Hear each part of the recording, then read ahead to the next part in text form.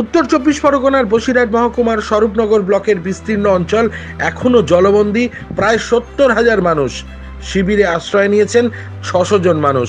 3 নদী ইছামতি, যমুনা, পদ্মার জল বাঁধ ছাপিয়ে গ্রামে ঢুকছে, আর অন্যদিকে লাগাতার বৃষ্টির জল এই দুয়ের জাতাকলে পড়ে নাজেহাল হচ্ছেন সাধারণ মানুষ।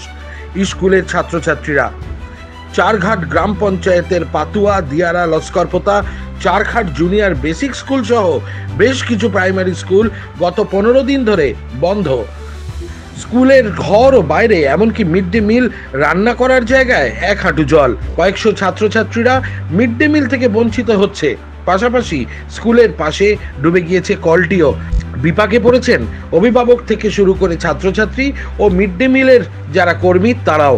স্কুলে এমনি জল উঠেছে, রান্নাঘরের হচ্ছে জল উঠে গেছে, কাঠঘরে জল উঠে গেছে, কলে হচ্ছে যাওয়ার ব্যবস্থা নেই, 1 হাঁটু জল। আমি স্কুলে মিড ডে মিলে রান্না করি, বাচ্চারা খাবার পাচ্ছে না, যে স্কুলে আসতে পারছে না, তো এই জলের ভিতরে কি করে আসবে ছোট ছোট বাচ্চারা? সমস্যা হচ্ছে এই রাস্তায় জল, স্কুলে ঢুকতে পারছে না বাচ্চারা।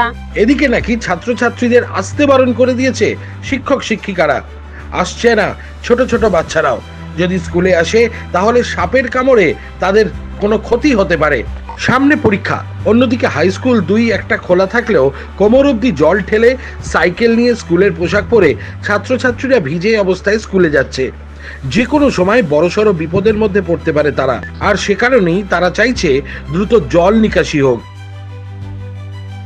Democratic Indians.